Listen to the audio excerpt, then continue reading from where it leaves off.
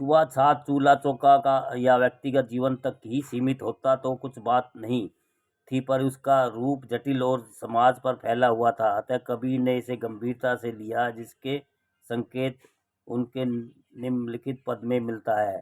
पंडित देखा मन मोह जानी, कहूँ धो छूत कहाँ ते उपजी, तबहि छूत तुम मानी, नाटर बिंदु रुधिर एक संगे घट ही में घट सज्जे, अष्ट कमल को पहु ई आई, कह यह छूत उपजे, लख 84 बहुत वासना, सो सब सरियो माटी, एकहु पाट सकल बैठारे, सींची ते सो घाटी, छूतहि जेवर छूतहि अचवन, छूतहि जग उपजाया, कह कबीर ते छूत विविचित जाके संग न माया।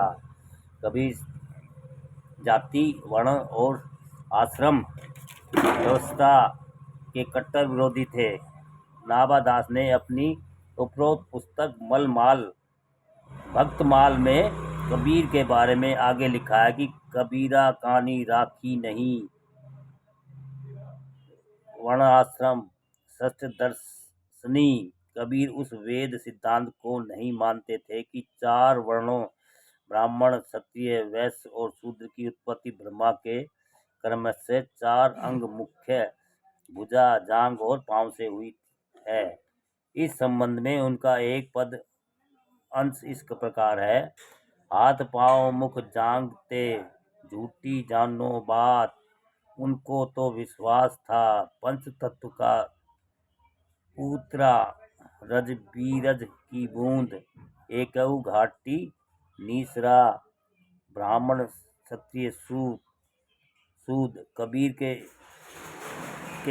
एक बहुत चर्चित पद का भावार्थ कि यदि कोई ब्राह्मण गर्व करता है कि वह तो ब्राह्मणी की कोख से उत्पन्न हुआ है, तो उसमें कोई विशेष तुक नहीं, क्योंकि उसके और दूसरों के जन्म प्रक्रिया भी एक जैसी ही है। उन्होंने आगे कहा है कि यदि एक काली और सफेद गाय के दूध के रंग में कोई फर्क नहीं है, तो उसी प्रकार हमारे कैसे लहू, तुम्हारे कैसे दूध, तुम कैसे ब्राह्मण, हम कैसे सूद। इस संबंध में कबीर का एक और पद है, जिसके उदाहरण का लोभ में संरक्षण कर सकता।